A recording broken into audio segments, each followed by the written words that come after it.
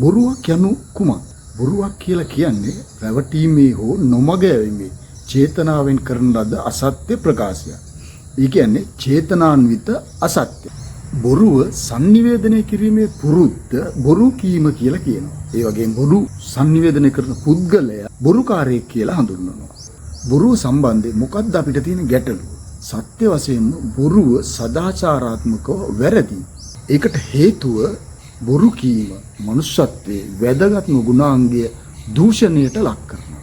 අනික් කාරණය තමයි තර්කානුකූලව තීරණය කිරීමට ඇති අනිකාගේ නිදහස උදුරා ගන්නවා.